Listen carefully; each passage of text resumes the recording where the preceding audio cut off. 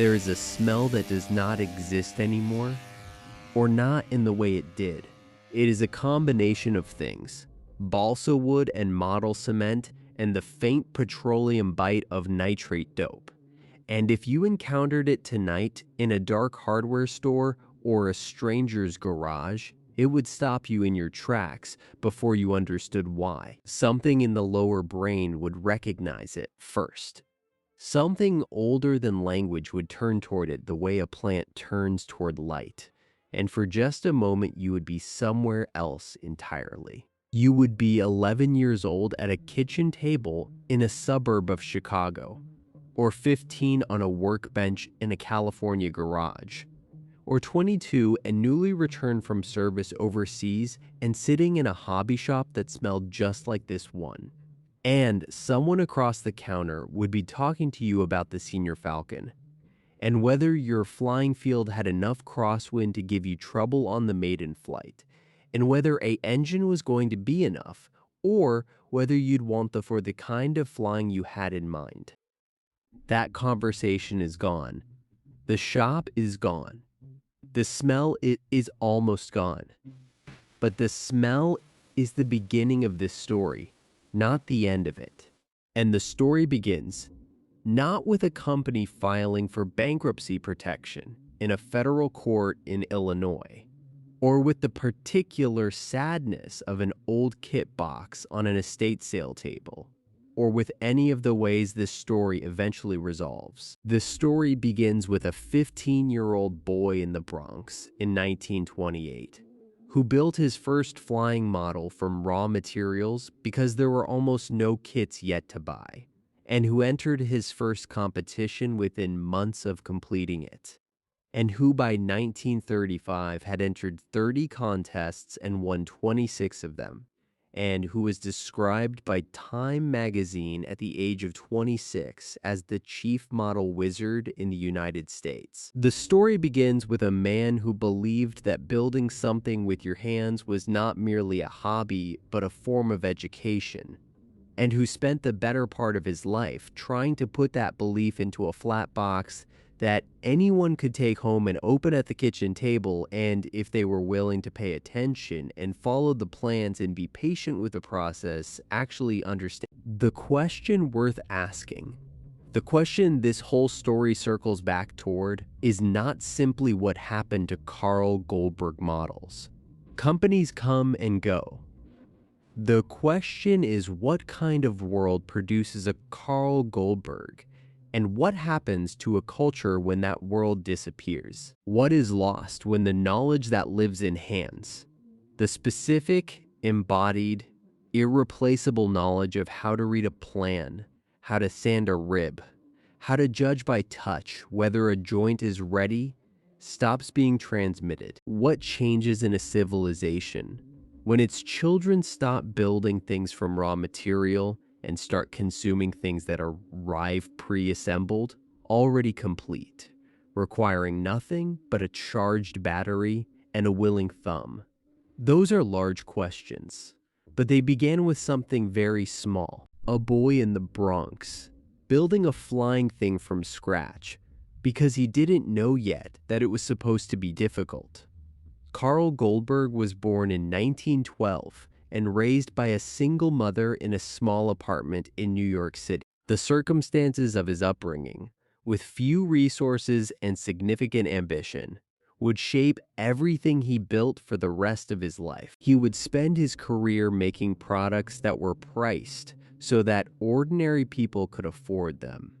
Not because he was indifferent to profit, but because he had grown up in a household where money was genuinely tight, and he understood what it felt like to want something you couldn't have. His daughter Carol would later say that her father was reluctant to charge more than necessary for his products because he felt they should be obtainable for everyone. That belief that the experience of building and flying should not be reserved for the affluent is woven through everything the man produced.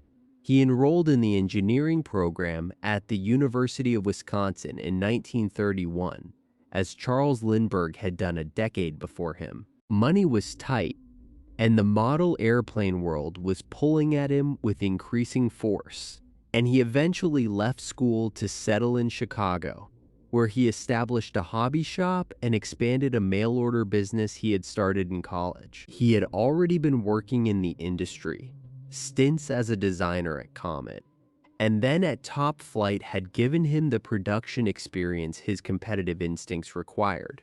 By the time he launched Carl Goldberg Models, Inc. in 1955, he was 43 years old, had already won more competitions than most modelers dream of entering, and had a design philosophy so well developed that it might have been mistaken for a doctrine. The philosophy was simple and demanding in equal measure. The kit should teach the builder, not entertain them, not impress them, not make them feel good about themselves for having assembled something that required minimal skill. The kit should teach them. The plans should be honest. The instructions should assume that the person reading them was intelligent but inexperienced, and should walk them through the process in the same way a patient craftsman walks a young apprentice through a technique, not doing it for them, but showing them how it is done and why it matters and what they are developing by doing it correctly. This sounds straightforward. It was, in fact, a radical position in a commercial industry that had every economic incentive to simplify the product and reduce the labor required. The company headquarters began at the corner of Rockwell and Cermak Road in South Lawndale. Interestingly, within the former Comet factory, a kind of genealogical continuity with the model airplane tradition Goldberg had grown up inside. By the early 1970s, the business had moved to 400 734 West Chicago Avenue in the Austin neighborhood, where it would remain for decades. The building on Chicago Avenue was not a glamorous place. It was a working facility in a working neighborhood, staffed by people who knew the product and took the work seriously, and from which hundreds of thousands of kit boxes went out to hobby shops and mail-order customers across the country and eventually around the world. The world that received those kit boxes deserves its own account, because it was a world that no longer exists in quite the form it took in the post-war decades. A world of Saturday mornings and grass fields and the particular social architecture of the hobby shop. The hobby shop, we should stay here a moment, because the hobby shop was not simply a retail space. It was something closer to a guild hall, a place where knowledge was the real currency and the transaction at the counter was almost secondary to the conversation that surrounded it. A good hobby shop in the 1950s or 1960s or 1970s, and there were many of them, several thousand across the United States in the peak years of the hobby, was staffed by people who had been building and flying for years, sometimes for decades, who had opinions about every kit on the wall and every engine in the glass case, and who would share those opinions freely with anyone who came through the door and seemed genuinely interested. This was at its best, an informal educational institution. The 12-year-old who walked in with a few dollars saved from mowing lawns and a vague interest in building something was likely to walk out not just with a kit, but with a small education. The man behind the counter would look at what the kid was considering and might say, "Not that one first, try this one, the Goldberg Eaglet, say, or the Junior Falcon. It'll teach you what you need to know without punishing you too badly for what you don't know yet." That recommendation was an act of transmission. It was passing something forward. You could buy monocoat covering film by the foot from those shops. You could bring in an engine that wasn't running right, and someone would look at it before you got to the register. You could spend an hour and buy nothing, and leave having learned 3 things you didn't know when you walked in. The economics of this kind of shop were not always straightforward. The knowledge was free, which means it was not free at all. It was subsidized by the sales of kits and fuel and hardware. But the culture it sustained was worth more than any individual transaction. It was the culture of the trade, and the hobby shop was where the trade lived during the week. The field was the other side of this world. The AMA flying field, the local chapter of the Academy of Model Aeronautics, with its mown grass and its frequency board and its handful of pilots who had been coming to this particular patch of ground on weekend mornings for years, was where the transmission was completed. You built in private, in the garage or the basement, or at the kitchen table, but you flew in community. The maiden flight of a model you had built with your own hands on a field where other pilots were watching was a genuinely public event. People would offer advice before you launched, an honest assessment after the landing, whether the landing was clean or involved an abrupt conversation with the ground. These were the conditions that model aviation needed to sustain itself. The hobby shop provided the materials and the initial knowledge. The field provided the community and the ongoing practice. Carl Goldberg's kits fit into this ecosystem at precisely the right point, demanding enough to teach something real, accessible enough to allow a newcomer to succeed with patience. If this history brings back something you thought was gone, a smell, a sound, a Saturday morning you haven't thought about in years, take a moment to like this video and subscribe, not for the algorithm, but so stories like this one don't disappear too. The people who lived this world are getting older. The record of what it was and what it meant is worth keeping. Carl Goldberg himself was a competitor. This matters more than it might initially seem. He was not a theorist who happened to sell kits. He was a man who had won 26 out of 30 contests before he was 25 years old, who had watched his Viking free flight designs clean house at the national championships in 1961, whose planes were known throughout the competition community as designs that worked, that flew the way the plan said they would fly, that performed in the air as the builder had every right to expect from the ground. One Viking was reported to have stayed aloft for over 7 hours, following a noon launch at the 1961 Nationals in Pennsylvania, riding the thermals into the storm-laden air until it finally descended at 7:10 in the evening. 7 hours. The machine had been built from Goldberg's plans and tuned by the kind of obsessive attention that serious competitors give to serious competition. And it had rewarded that attention by doing something that was almost miraculous, by any measure. It had stayed up in the air for longer than most people work on a given day. That was what a Goldberg design could do when it was built correctly and tuned properly. And that was what Goldberg was trying to give to ordinary people, not the 7-hour flight, which required competition-level skill and knowledge, but the experience of building something that when it was right actually flew, really flew, not in a short arc ending in a crash, not in a tentative circle at low altitude, but up and out and clean and confident. The way a thing built correctly by someone who paid attention is supposed to work.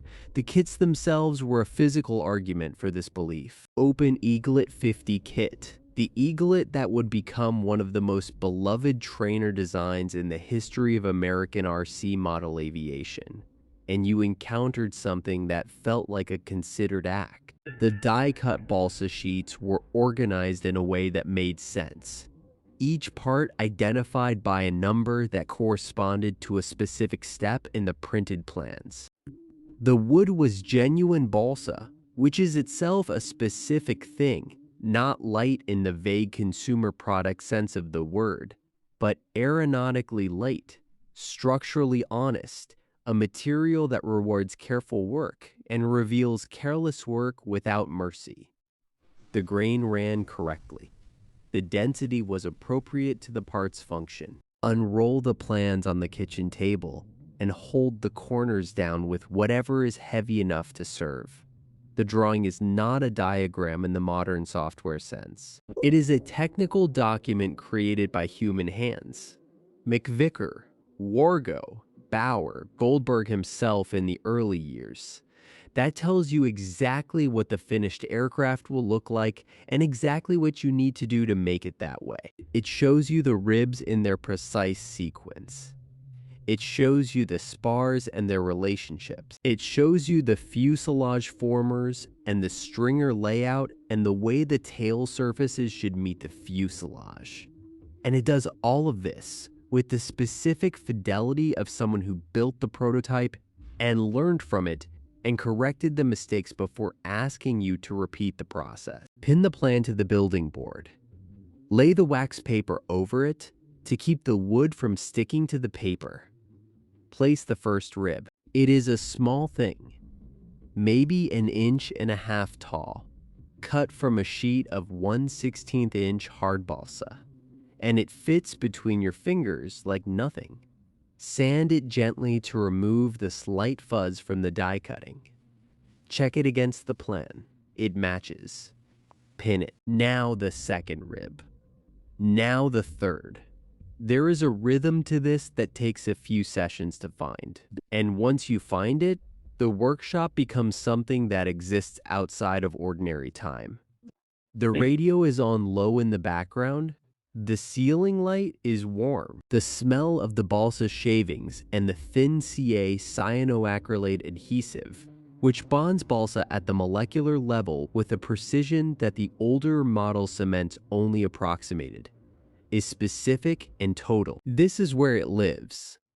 Not in any romantic idea of the craftsperson, but in this actual room, at this actual hour, with these actual tools and this actual material, and this plan that someone drew by hand and printed and folded into a kit box that ended up on a shelf in a hobby shop in your town. This is the beginning of something that will take weeks, depending on how much time you have in the evenings and how careful you're willing to be. The patience is not incidental to the experience. It is the experience. Every model aircraft builder who has been honest about the process will tell you that the hours at the board, the evenings with the CA bottle and the sanding block, and the plans and the quiet of a house settling at night were not merely a means to the end of the finished aircraft. They were the reason the maiden flight meant what it meant. You had earned the flight. Every minute of it, the Senior Falcon, the Junior Tiger, the Eagle II, the Gentle Lady, that 2-meter sailplane that would sustain itself in a good thermal with the effortless patience of a bird that knows something the pilot doesn't. The Skylark, the Piper Cub Anniversary Edition of 1985, released the same year Carl Goldberg died.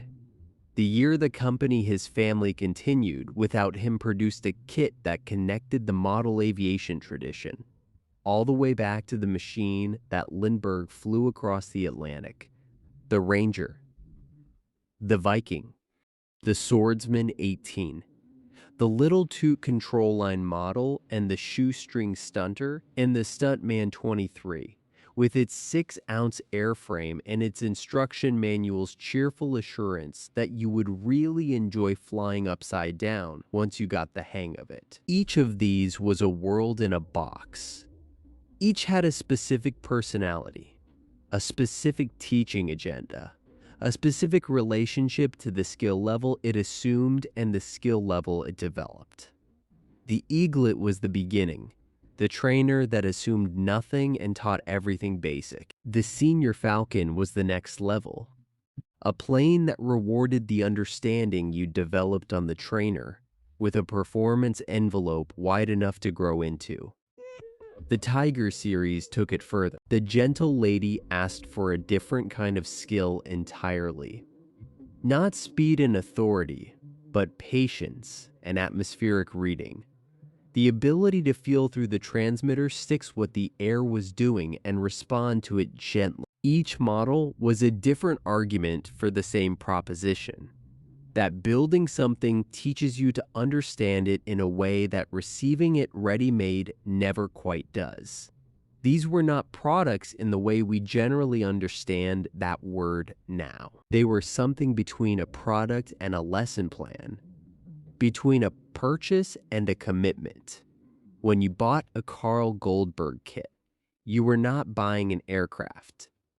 You were buying the experience of making one, and the experience was different and specific, irreplaceable ways from the experience of receiving one already made. The difference begins with the plans. You learn to read an engineering drawing not in school, where the context is abstract, but here at the kitchen table, where the context is immediate and the feedback is direct. The rib that doesn't match the plan will show up as a misaligned wing. The spar that isn't straight will show up in flight. The consequences of inattention are not a bad grade. They are a bad aircraft, one that may not fly or may fly wrong, or may fly beautifully until the structural weakness you introduced reveals itself at the worst possible moment. This is education in the original sense, not the transmission of information from teacher to student, but the development of judgment through practice and consequence. The building board is a classroom in which the subject is not model aviation, but the relationship between careful work and reliable results, between attention and outcome, between what you put in and what you get. The people who came through this education did not all become aeronautical engineers or machinists or pilots.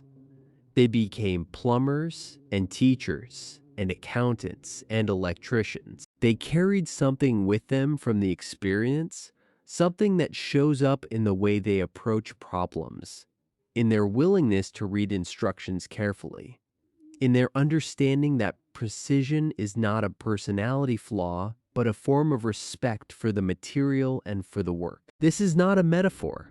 This is what building model aircraft from a Goldberg kit actually did to the people who did it. And then the field. You carry the aircraft to the field in a bag or a case, having checked everything twice, having balanced it at the center of gravity, having filled the tank and cycled the engine until it runs cleanly. There is something about this moment, the arrival at the field with a thing you built yourself, that belongs to a specific category of human experience. It is the category of the craftsperson presenting their work for judgment. You're about to find out whether the work was good. The field will tell you without sentiment. The engine starts. The runway, if the field has one, or the grass strip, or the flat section of ground that the club has designated as a takeoff area, receives the aircraft. Throttle up. The model accelerates, and then at the exact moment that the designer calculated it would, it lifts. It lifts. There's no adequate description of this. People who have experienced it will nod. People who haven't will have to take it on faith that the moment a model you built yourself leaves the ground for the first time is one of the genuinely unrepeatable moments available to a human life. It is the Wright brothers at Kitty Hawk in miniature. It is the specific earned private joy of having made something that works. The story of what happened to this world is not a story about one company or one decision or one bad year. It is a story about a set of forces operating simultaneously at the level of culture, forces that changed what American children did with their time and what American adults valued and what the hobby shop on the corner of any given street was up against when it tried to compete for attention and discretionary income in a world that was becoming, year by year, a different kind of world. The almost ready-to-fly revolution arrived not as a dramatic disruption, but as a gradual accommodation. The ARF, a model aircraft arriving from a factory already covered, already hinged, already sheeted, requiring from the builder only the installation of radio and power systems and perhaps a weekend of light assembly, was a reasonable response to a real problem. A significant portion of the potential market for model aircraft wanted to fly more than they wanted to build. This is not a criticism. It is an observation about human nature and leisure time and the increasing pressure on both. The Asian manufacturers who developed the ARF market understood something that the American kit manufacturers had not fully absorbed: that the barrier to entry created by the building process was not always a feature. For the person who had grown up building Goldberg kits and understood what the process gave them, the barrier was the point. For the person encountering the hobby for the first time at 40, with limited time and a desire to fly rather than to build, the barrier was merely an obstacle. The ARF served the second population, and the second population was numerically larger. This created a market dynamic that Carl Goldberg Models was not well positioned to resist. The company had been founded on a philosophy that elevated the building process. Its kits were designed to teach. When the market began rewarding products that bypassed the teaching in favor of immediate flight, the philosophical foundation of the enterprise was in tension with the commercial imperative to remain viable. The offshore manufacturing pressure arrived around the same time and from the same direction. Chinese manufacturers could produce balsa components, die-cut sheets, laser-cut parts, pre-formed ribs at a fraction of the cost of comparable American production.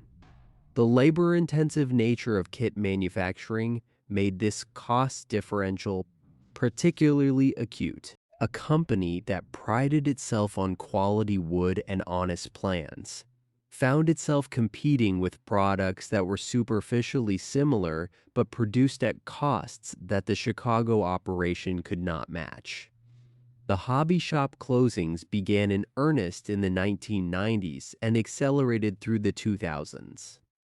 The large hobby retailers, Tower Hobbies with its voluminous catalog, Horizon Hobby with its expanding proprietary brand portfolio, were changing the economics of distribution in ways that squeezed the independent shop.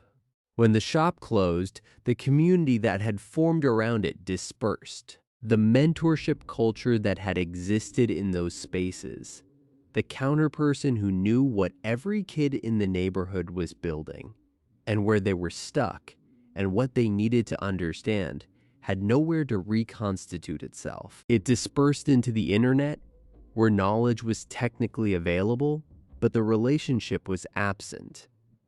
And then the screens, not television, which the hobby had coexisted with for decades, but the smartphone and the gaming console, and the tablet and the specific gravitational pull of always available digital entertainment on the leisure time of children and adults both. The hours that had been available for building at the kitchen table were not simply redistributed to other hands-on activities. They were redistributed to screens. The average American child in 2010 spent less unstructured outdoor time than at any point in the preceding half-century. The AMA flying field, which depended on a regular population of pilots showing up on weekend mornings, felt the demographic pressure of an aging membership that was not being replaced at the rate required for institutional health. Each of these forces was manageable in isolation. Together, they were not. Carl Goldberg himself passed away in 1985. He had gone into semi-retirement and moved to California in his later years, but the company continued under family management. His daughter Carol eventually took over the operation after her father's death, running it for the final years before the sale. She had been involved in various ways since childhood, helping with mailings in the summer, learning the business from the inside. She sold Carl Goldberg Models to Lanier Models in 2002, 17 years after her father died. Lanier had been a respected name in the model aviation community, known for quality kits and genuine commitment to the building tradition. The sale was not a surrender. It was an attempt to find a home for the brand that would honor what it had been. The transition to Lanier did not resolve the underlying pressures.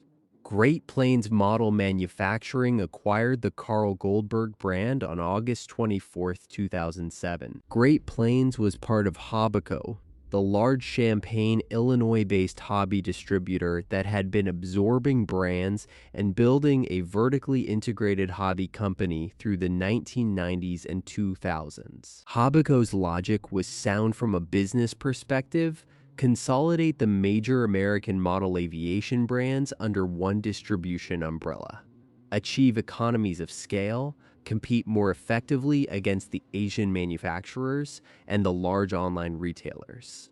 The Carl Goldberg brand would continue.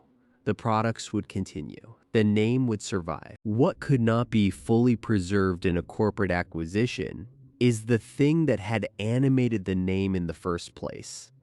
Carl Goldberg Models had been, in its original form, the expression of one man's philosophy about what building something from scratch was supposed to give you. That philosophy was embedded in the design of every kit, in the density of the wood, in the precision of the die cutting, in the honest comprehensiveness of the printed plans. When the company that bore the name was absorbed into a larger entity with different primary objectives and different competitive pressures, the philosophy did not automatically transfer. A brand can be purchased. The belief that gave the brand its meaning is harder to box up and ship to a new address. The final chapter arrived on January 10, 2018. When Hobbico filed for Chapter 11 bankruptcy protection. The filing listed liabilities estimated between $100 million and $500 million against assets of $10 million to $50 million. Revenue had fallen from $175 million in 2017. By June of 2018, the bankruptcy had been converted to Chapter 7 liquidation. The assets were sold. The employees were let go. The Carl Goldberg brand, along with the other Hobbico properties, was dispersed among the buyers who emerged from the bankruptcy proceedings. The building at 434 West Chicago Avenue in the Austin neighborhood is still standing. It does not know what it was. Buildings rarely do. Here is what we should say carefully and clearly about what was lost, because the careful and clear saying of it is important. It is tempting to describe the decline of the model building culture in purely sentimental terms, as a loss of innocence, as the end of a simpler time, as something that the modern world destroyed through heedlessness or greed or the impatience of a generation that wants everything pre-assembled and delivered overnight. That description is not entirely wrong, but it is not entirely honest either. Every generation believes that the thing it loved in childhood was irreplaceable and that what replaced it is inferior. This belief is sometimes correct and sometimes the distortion of nostalgia. We should be honest about which one we are dealing with. What building a Carl Goldberg kit actually gave you was not nostalgia. It was a set of specific and transferable capabilities, delivered through pleasure rather than obligation, which is the most effective possible delivery mechanism. It gave you the ability to read a technical plan. It gave you an understanding of material properties. Why this wood for this application? Why this joint for this load? It gave you the experience of failure and recovery. The rib that cracked during sanding. The wing that warped overnight. The engine that wouldn't start on the maiden flight. These failures were not setbacks. They were the curriculum. You learned more from them than from any comparable number of successes. It gave you patience. This is perhaps the most undervalued gift in the catalog of what the building culture offered. The patience required to work through a complex kit, to resist the urge to rush, to wait for the glue to cure before moving to the next step, to sand each surface until it is genuinely smooth rather than approximately smooth is a specific kind of patience that has applications everywhere. It is the patience of the surgeon and the watchmaker and the programmer who refuses to move on from a bug until they understand why it exists. It is the patience of someone who has learned through direct experience that the shortcut usually costs more than it saves, and it gave you at the end something that you had made. Not assembled, not purchased, made. From raw materials and a set of plans and a collection of small decisions that were yours alone. The aircraft that flew on that field was yours. In a way that an ARF that arrived from a warehouse in China is not yours. And the difference is not trivial. The ownership of a made thing is different from the ownership of a bought thing. It includes the memory of the making. This is what a society risks when it stops teaching its children to make things. Not the things themselves. Those can be imported, assembled offshore, purchased at a price that makes the domestic alternative seem absurd. What is risked is the making, the specific relationship between a person and a material, the knowledge that lives not in books but in hands, the understanding that precision is earned through practice and not achieved through purchase. Before this video ends, if you've stayed this long, you probably know what we're talking about. Share this with someone who built something as a kid or who wishes they had. Leave a memory in the comments. The people who lived this culture are keeping it alive by talking about it, and talking about it is how it gets passed forward. The balsa wood is still available. The plans exist, many of them, preserved in the archives of the Academy of Model Aeronautics and the databases of collectors who understood that the plans were as important to preserve as the aircraft. The Eaglet 50 can still be built today by someone with the patience to source the materials and the willingness to read the plans. There are people, not many, but enough, who are doing exactly this. Who are finding old Goldberg kit boxes in estate sales and attic discoveries, and the inventory of shops that managed to survive, and who are opening them at kitchen tables and unrolling the plans and pinning the first rib to the building board. These people are the living archive. They are doing something that cannot be done with a keyboard or a touch screen or any other interface that stands between the human hand and the physical material. They are making something. And when it is done, and when they carry it to a field somewhere, not as many fields as there used to be, but some remain. And when the engine starts and the aircraft rolls and accelerates and lifts, they are experiencing something that is not available in any other way. Carl Goldberg understood this before almost anyone else understood it clearly enough to build a company around it.